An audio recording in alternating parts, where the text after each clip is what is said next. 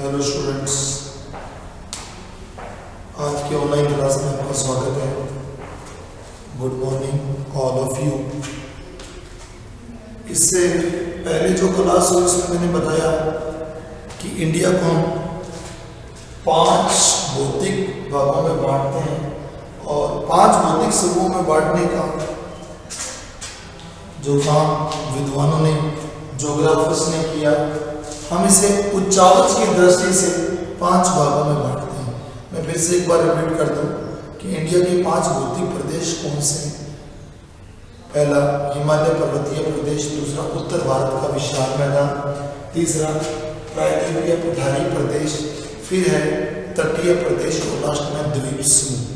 तो लास्ट की क्लासों में मैंने हिमालय पर्वतमाला का वर्णन कर दिया था और उत्तर भारत के विशाल मैदान का वर्णन हो गया था। आज की हमारी क्लास का जो टॉपिक है वो है प्रायद्वीपीय पठारी प्रदेश। इंडिया का सबसे बड़ा भौतिक प्रदेश यही प्रदेश है और आज की जो मेरी क्लास है, ये जो टॉपिक है, ये एमए फाइनल ज्योग्राफी का फर्स्ट यूनिट का टॉपिक है। एमए फाइनल का जो 5वां पेपर है उसकी फर्स्ट यूनिट का फर्स्ट टॉपिक है भारत के भौतिक समूह। और बीए थर्ड ईयर की जो फर्स्ट पेपर है, सेकंड पेपर है भारत का भूगोल, उसकी फर्स्ट यूनिट का फर्स्ट क्वेश्चन है। तो इसलिए ये बहुत इंपॉर्टेंट क्वेश्चन है एमए फाइनल ज्योग्राफी के लिए और बीए थर्ड ईयर के लिए। इसके अलावा अगर आप school first grade, second grade की तैयारी कर रहे हैं, रीट की तैयारी कर रहे हैं और या किसी बड़े कॉम्पिटिशन जैसे आरएस आईएएस की तैयारी कर रहे हैं, तो उसमें हम भारत के भौतिक प्रदेशों को पढ़ते हैं। तो भारत के भौतिक प्रदेशों में हम करेंगे प्रायद्वीपीय पठारी प्रदेश। तो आपको पहले मैं बता दूं कि प्रायद्वीप और पठारी प्रदेश, पठार क्या है। हमारे एक शब्द यूज हुआ पठार। पठार क्या है? पठार एक जमीन से ऊंचा उठा हुआ भाग होता है। जैसे ये समतल भाग है और जमीन से ऊंचा उठा हुआ उच्च भूमि वाला एरिया, उसको हम क्या कहते हैं? पठार। पठार में और पर्वत में भी फर्क होता है। हम आज पठार की बात कर रहे हैं। ये समतल हमारी जमीन है, स्पॉट मैदान है, इससे ऊंचा उठा हुआ भाग एक आकृति जो ऊंची उठी हुई है, जिसका ऊपर का जो सिर है वो थोड़ा समतल होता है, इसलिए हम इसको पठार की संज्ञा देते हैं।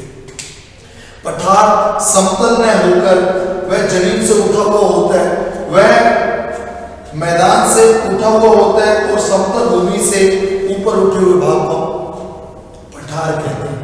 इसके बाद हम बात कर लेते हैं प्रायद्वीप की। तो प्रायद्वीप किसी महाद्वीप, किसी देश या किसी भूखंड का वह क्षेत्र होता है जो 3 ओर से समुद्र से घिरा होता है, उसे हम प्रायद्वीप कहते हैं।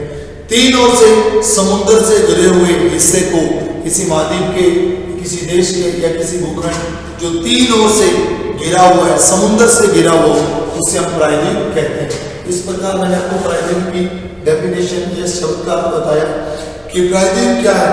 3 ओर से घिरी हुई समुद्र की जो आकृति, समुद्र में 3 ओर से घिरी हुई आकृति, या जैसे बोल दें कि प्रायद्वीप महाद्वीप या किसी भूखंड का वह क्षेत्र जो 3 ओर से समुद्र से घिरा है, उसे प्रायद्वीप कहते हैं।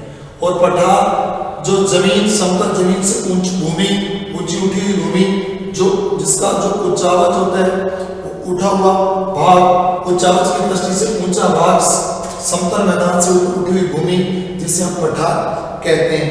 और जो पठार है उसका जो ऊपर का सिरा है वो थोड़ा समतल होता है और पर्वत का जो ऊपरी सिरा होता है वो नुकीला होता है। पठार के क्या जो ढाल होते हैं वो थोड़े मंद होते हैं और पर्वत के जो ढाल है, स्लोप है, वो थोड़ा तेज होते हैं। तो आपको मैंने पर्वत और पठार के बारे में बताया। तो आपको बात बताता हूँ इस पठार की। हम बात कर रहे हैं प्रायद्वीपीय पठार। प्रायद्वीप पठार की बात करूं तो ये 3 ओर से समुद्र से घिरा, जैसे कि मैंने आपको बता दिया। और 3 ओर से समुद्र से कैसे घिरा है? इसके पूर्व में बंगाल की खाड़ी, इस पठार के जो पूर्व में वो बंगाल की खाड़ी है और इसके दक्षिण में हिंद महासागर है और इसके पश्चिम में अरब सागर बहता है। इस प्रकार ये 3 ओर से समुद्र से घिरा है, इसीलिए हम इसे प्रायद्वीप कहते हैं। विशेषताएं, इस पठार की विशेषताएं, अगर उत्तर से दक्षिण की ओर देखें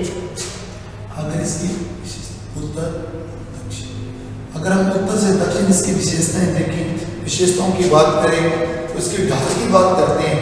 उत्तर से दक्षिण में देखें तो इसका ढाल उत्तर की ओर है। इसका जो ढाल है, जैसे मान लो नॉर्थ है, ये साउथ है, इसका जो ढाल है वो क्या है, उत्तर की ओर। इस प्रायद्वीपीय पठार का ढाल अगर उत्तर से दक्षिण देखें या दक्षिण से उत्तर की ओर देखें तो इसका जो ढाल है वो क्या है, उत्तर की ओर है। इसी प्रकार हम थोड़ा आगे बढ़ते हैं। जैसे मैं आपको एग्जांपल देता हूं कि इसका ढाल उत्तर की ओर है। ये कैसे? इसका ढाल उत्तर की ओर है क्योंकि यहाँ जो नदियां बहती हैं जैसे चंबल, बेतवा, सोन, इनका ढाल उत्तर की ओर है, इसीलिए ये अपने उत्तर की ओर बहती हैं। निकलने के बाद उत्तर की ओर बहती हैं और बहकर ये नदियां गंगा और यमुना में मिल जाती है। ये इसका एग्जाम्पल है। उसके बाद बात करूं मैं पूर्व से पश्चिम या पश्चिम से पूर्व की।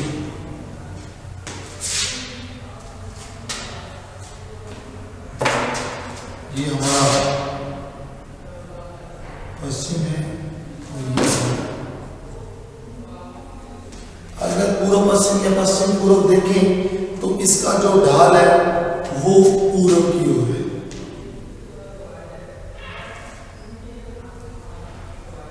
इसका जो ढाल है वो पूर्व की ओर है।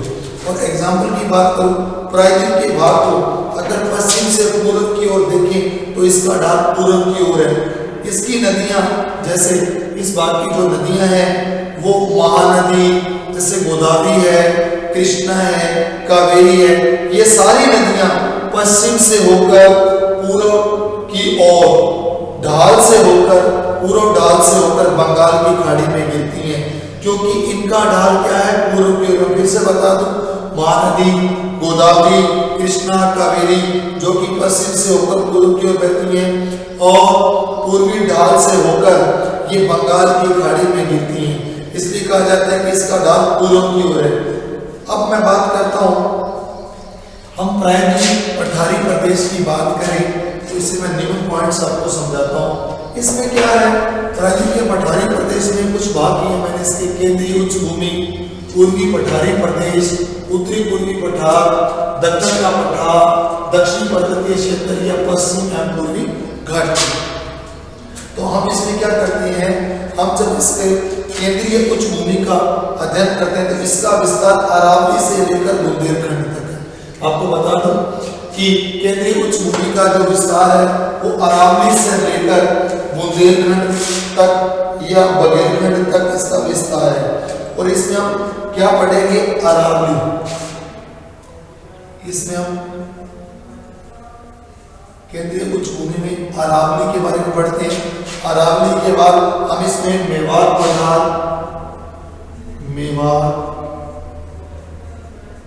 इसी का एक हिस्सा है। हम पढ़ रहे हैं प्रायद्वीपीय पठारी प्रदेश। इसके मैंने कुछ इसको वर्गीकरण किया, जैसे केंद्रीय उच्च भूमि में, पूर्वी पठार में, उत्तरी पूर्वी पठार, दक्षिण का पठार, दक्षिण पर्वतीय क्षेत्र हो, पश्चिम में पूर्वी घाट।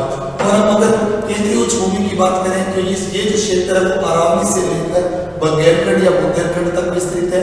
और इसमें जो पार्ट्स हैं इसके, अरावली, मेवाड़ पठार, इसके बाद आ जाता है मालवा का पठार, मालवा का पठार आ जाता है इसमें। और इसके बाद इसमें आ जाता है बुंदेलखंड,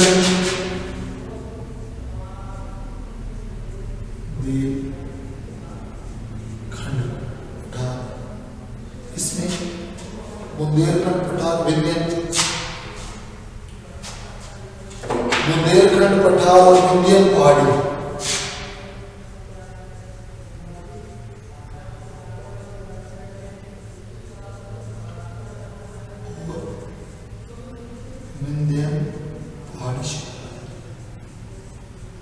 हम केंद्रीय उच्च भूमि में पढ़ेंगे अरावली के बारे में, मेवाड़ पठार, मालवा पठार, बुंदेलखंड पठार और विंध्यन पहाड़ी के बारे में पढ़ेंगे। इसके बाद हम बात करते हैं पूर्वी पठार की। इसमें राज्य की बात करें तो पूर्वी पठार में छत्तीसगढ़, झारखंड और उड़ीसा का कुछ क्षेत्र आता है। इसमें छोटा नागपुर का पठार छत्तीसगढ़ बेसिन,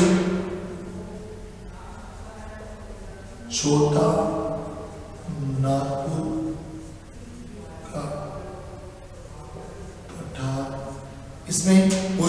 छोटा नागपुर का पठार आ जाता है, और छत्तीसगढ़ बेसिन, छत्तीसगढ़ बेसिन आ जाता है। हम बात कर रहे हैं पूर्वी पठार की, इसमें जो खास है वो छोटा नागपुर का पठार, छत्तीसगढ़ बेसिन, दंडकारण्य,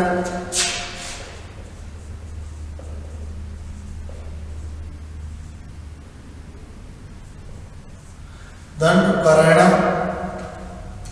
आ जाता है।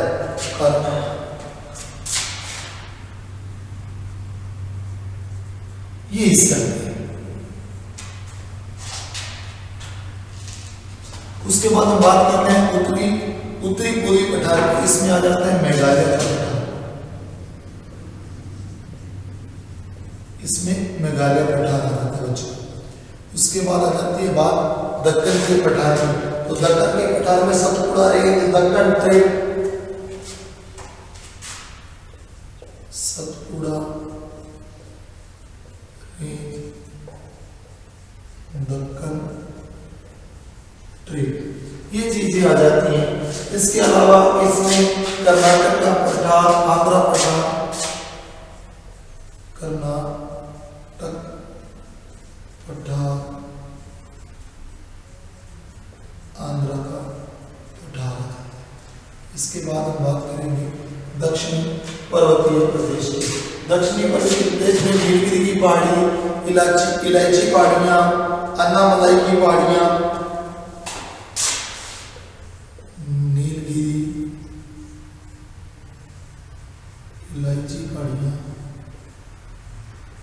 अन्नामलाई की पहाड़ियां आ जाती हैं। इसके बाद इसमें एक आ जाता है नीलगिरी, इलायची, अन्नामलाई की पहाड़ियां आ जाती हैं। कार्डम कहते हैं, पालनी, कार्डम,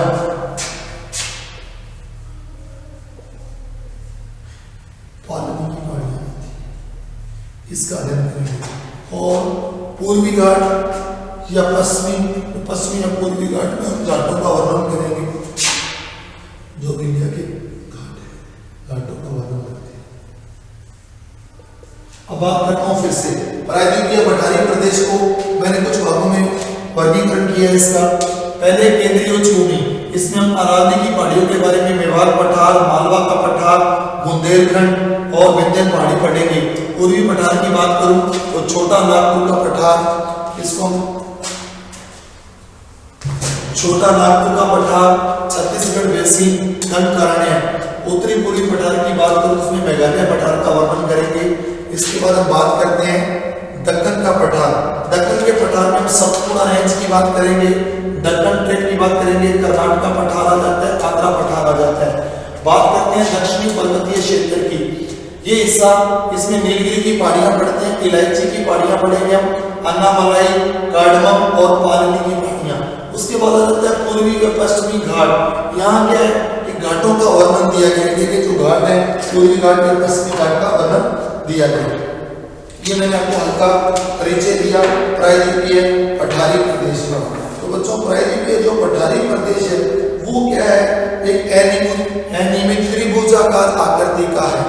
और अनियमित त्रिभुजाकार आकृति का कैसे कि ये तीन ओर से मैंने आपको बताया कि पानी से घिरा है। अब बात करते हैं थोड़ा विस्तार से प्रायद्वीपीय पठारी प्रदेश। भारत का प्रायद्वीपीय पठार एक अनियमित और त्रिभुजाकार आकृति का है, जिसका आधार उत्तर की ओर है। इसका जो आधार है उत्तर की ओर है और शीर्ष दक्षिण में जो है वो कन्याकुमारी द्वारा बनाया जाता है। इसकी उत्तरी सीमा एक अनियमित रेखा है। तो फिर से आपको बता दूं कि भारत का जो प्रायद्वीपीय पठार है वो अनियमित त्रिभुजाकार आकृति का है, जिसका आधार उत्तर में है और शीर्ष कन्याकुमारी द्वारा बनाया जाता है। इसकी उत्तरी सीमा एक अनियमित रेखा है जो कच्छ से अरावली पर्वत की पश्चिमी छोर को छूती हुई दिल्ली के निकट पहुंचती है। यह पठारी भाग तीन ओर से पर्वतों से घिरा है। ये जो पठार है वो तीनों से पर्वतों से घिरा है। इसके उत्तर में अरावली, विंध्याचल और सतपुड़ा की पहाड़ियां, बाड़मेर, कैमूर व राजमहल की पहाड़ियां हैं। और अगर पश्चिम में बात करें तो पश्चिमी घाट और तथा पूर्व की बात करें तो पूर्वी घाट है। उत्तर से दक्षिण में इसकी जो लंबाई है, पठारी प्रदेश की बात करूं तो उत्तर से दक्षिण जो इसकी लंबाई है वो है 1600 किलोमीटर तथा पूर्व से पश्चिम में इसकी चौड़ाई वो 1400 किलोमीटर है। तो बात फिर से बता दूं, उत्तर से दक्षिण, उत्तर से दक्षिण इसकी जो लंबाई है वो 1600 किलोमीटर है। और पश्चिम से पूर्व या पूर्व से पश्चिम जो इसकी चौड़ाई है वो 1400 किलोमीटर है। 1400 किलोमीटर बता दो। उत्तर से दक्षिण इसकी लंबाई 1600 किलोमीटर है और पश्चिम से पूर्व या पूर्व से पश्चिम जो इसकी चौड़ाई है वो 1400 किलोमीटर है। प्रायद्वीपीय पठारी भाग की बात कर रहे हैं, इसमें मैंने लंबाई चौड़ाई बताई आपको। उत्तर से दक्षिण जो लंबाई 1600 किलोमीटर, पश्चिम से पूर्व जो चौड़ाई वो 1400 किलोमीटर है। और ये जो प्रदेश है ये इस प्रकार ये 16 लाख वर्ग किलोमीटर क्षेत्र में फैला है। जो पठारी प्रदेश है वो 16 लाख वर्ग किलोमीटर में फैला है। कितने किलोमीटर में फैला है? ये 16 लाख वर्ग किलोमीटर में फैला है। तो स्टूडेंट्स, ये इंडिया का सबसे बड़ा बौद्धिक प्रदेश है और क्षेत्र मैंने आपको बताया 16 लाख वर्ग किलोमीटर क्षेत्र में फैला है। इसके बाद और भारत का सबसे बड़ा भौतिक प्रदेश है। इस विस्तृत पठार के अंतर्गत दक्षिणी पूर्वी राजस्थान, मध्य प्रदेश, झारखंड, छत्तीसगढ़, उड़ीसा, आंध्र प्रदेश, कर्नाटका, तमिलनाडु, केरल, महाराष्ट्र तथा गुजरात राज्यों के भूभाग आते हैं। फिर से बता दूं, इसमें कौन कौन से राज्यों के भूभाग आते हैं वो मैं आपको बता रहा हूं। इसमें दक्षिणी पूर्वी राजस्थान आता है, मध्य प्रदेश, झारखंड, छत्तीसगढ़, उड़ीसा के अलावा आंध्र प्रदेश, कर्नाटका, तमिलनाडु, केरल, महाराष्ट्र और तथा गुजरात राज्यों के भूभाग आते हैं। मेघालय पठार भी, जो मेघालय है उसमें मेघालय पठार भी प्रायद्वीप पठार का उत्तरी पूर्वी एक भाग है। संपूर्ण प्रायद्वीपीय पठार गोंडवाना लैंड का एक भाग है। ये जो प्रायद्वीपीय पठार है ये क्या है? गोंडवाना लैंड का भाग है, या ये जो पठारी प्रदेश है ये गोंडवाना लैंड के अवशेष है। ऐसा बताया जाता है विद्वानों के द्वारा कि ये गोंडवाना लैंड का एक हिस्सा है। तो संपूर्ण प्रायद्वीपीय पठार गोंडवाना लैंड का एक भाग है या उसका अवशेष है, ऐसा माना जाता है। इसकी औसत ऊंचाई की बात करें, अगर ऊंचाई की बात करें, औसत ऊंचाई की बात करूं तो 600 से 900 मीटर है। लंबाई 1600 किलोमीटर, चौड़ाई 1400 किलोमीटर, कुल क्षेत्रफल 16 लाख वर्ग किलोमीटर और ऊंचाई 600 से 900 वर्ग किलोमीटर। इसकी प्रसिद्ध नदियों की बात करूं तो पठारी प्रदेश, देखो नदियां पर्वतों से भी निकलती हैं और पठारों से भी निकलती हैं। तो यहाँ की जो नदियां हैं पठारी प्रदेश की जो नदियां हैं उनकी बात करूं तो प्रसिद्ध नदियां महानदी, गोदावरी, कृष्णा तथा कावेरी की प्रवाह दिशा से इस बात के प्रमाण रखते हैं कि इस पठार का सामान्य ढाल पश्चिम से पूर्व की ओर है। नर्मदा तथा ताप्ती नदियां पश्चिम दिशा में बहती हैं। अतः पठार के इस भाग का ढाल जो है, जो इस भाग का जो ढाल है वो काफी कटा फटा है, जिससे कई धरातलीय जटिलताएं, आपको इस भाग में कई धरातलीय जटिलताएं देखने को मिलती हैं। इस पठार यह पठार कई छोटे छोटे पठारों में बटा हुआ है। वो आपको बताता हूँ, वो इस प्रकार है, जैसे मालवा का पठार, दक्कन ट्रेप, मालवा का पठार, दक्कन ट्रेप मैंने जैसा आपको बताया था। उसके बाद बात करूं तो छोटा नागपुर का पठार और मेघालय का पठार। तो ये जो संपूर्ण प्रायद्वीपीय पठारी भाग है वो छोटे छोटे पठारों में बटा है। उन छोटे पठारों की बात करूं तो मालवा का पठार, दक्कन ट्रेप, छोटा नागपुर का पठार और मेघालय का पठार आदि पठारों में बटा हुआ है। तो फिर से एक बार आपको बता दूं कि ये भारत का सबसे बड़ा भौतिक प्रदेश है, और सबसे बड़ा भौतिक प्रदेश इसलिए है कि भारत का संपूर्ण क्षेत्रफल 32,87,239 किलोमीटर है। उसमें से 16 लाख वर्ग किलोमीटर क्षेत्र में ये भाग पहला है, जिसको हम प्रायद्वीपीय पठारी भाग कहते हैं। तो इसलिए क्षेत्रफल की दृष्टि से सबसे बड़ा भौतिक प्रदेश है। और इसके अलावा ये लंबाई, इसकी जो लंबाई है वो 1600 किलोमीटर और चौड़ाई 1400 किलोमीटर है। और ऊंचाई की बात करूं तो 600 से 900 मीटर इसकी ऊंचाई है। तो स्टूडेंट्स आपको समझ आया होगा ये प्रायद्वीपीय पठारी भाग के बारे में। फिर से आपको आसान करने के लिए बता दूं कि आज हमने प्रायद्वीपीय पठारी प्रदेश का वर्णन किया। इसको मैंने आसान करने के लिए कुछ भागों में वर्गीकृत किया, विभाजित किया है। जैसे केंद्रीय उच्च भूमि, पूर्वी पठारी प्रदेश, उत्तर पूर्व पठारी प्रदेश, और दक्षिण का पठार, दक्षिणी पर्वतीय क्षेत्र और पश्चिमी व पूर्वी घाटों में विभाजित किया है।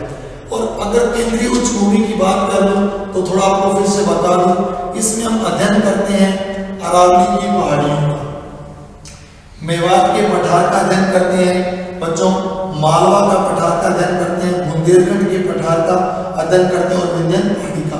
इन सब चीजों का अध्ययन हम केंद्रीय भूमि के तहत करते हैं।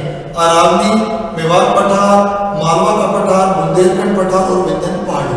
उसके बाद इसका दूसरे भाग में इसको विभाजित प्रायद्वीपीय पठारी प्रदेश का एक बड़ा हिस्सा पूर्वी पठार है। इसके अंदर हम अध्ययन करते हैं छोटा नागपुर का पठार। खनिजों की दृष्टि से भारत का एक इंपोर्टेंट हिस्सा छोटा नागपुर का पठार है। छोटा नागपुर का पठार का अध्ययन करेंगे, छत्तीसगढ़ बेसिन का अध्ययन करेंगे और दंडकारण्य का अध्ययन करते हैं। इसके बाद आ जाता है उत्तरी पूर्वी पठार। इसके अंदर हम अध्ययन करेंगे मेघालय के पठार का। फिर अगला हिस्सा इसका आ जाता है दक्कन का पठार। दक्कन के पठार में हम 4 चीजों का अध्ययन करते हैं। नंबर 1 सतपुड़ा रेंज का अध्ययन करते हैं, दक्कन ट्रेप का अध्ययन करते हैं, कर्नाटक पठार का अध्ययन करते हैं और आंध्रा पठार का अध्ययन करते हैं। इसके बाद आ जाता है दक्षिणी पर्वतीय क्षेत्र। इसमें हम नीलगिरी की पहाड़ियों का अध्ययन करते हैं, इलायची पहाड़ियां या इसको हम कार्डमम कहते हैं, कार्डमम कहा जाता है। नीलगिरी की पहाड़ियों का अध्ययन करते हैं, इलायची पहाड़ियों का अध्ययन करते हैं, जिसको कार्डमम कहते हैं, अन्नामलाई की पहाड़ियों का अध्ययन करते हैं और पालनी पहाड़ियों का अध्ययन करते हैं। और इसका जो लास्ट हिस्सा है वो है पश्चिमी व पूर्वी घाट। और पश्चिमी घाटों इसके अंतर्गत जो इंडिया के पश्चिमी हिस्सा है, पश्चिमी घाट है, उसका अध्ययन करते हैं और पूर्वी घाट का अध्ययन करते हैं। तो बच्चों आशा करता हूँ कि आज का जो मेरा टॉपिक था वो प्रायद्वीपीय पठारी प्रदेश आपको समझ आया होगा। तो आपको बच्चों अगर इसमें इस टॉपिक में कोई डाउट हो तो आप मेरी नेक्स्ट क्लास में अपनी प्रॉब्लम्स, अपने क्वेश्चंस मुझे पूछ सकते हैं और मैं आपको इसका बारे में और विस्तार से बता दूंगा। तो तब तक के लिए, अगली क्लास तक के लिए गुड बाय, खुदा हाफिज, नमस्कार।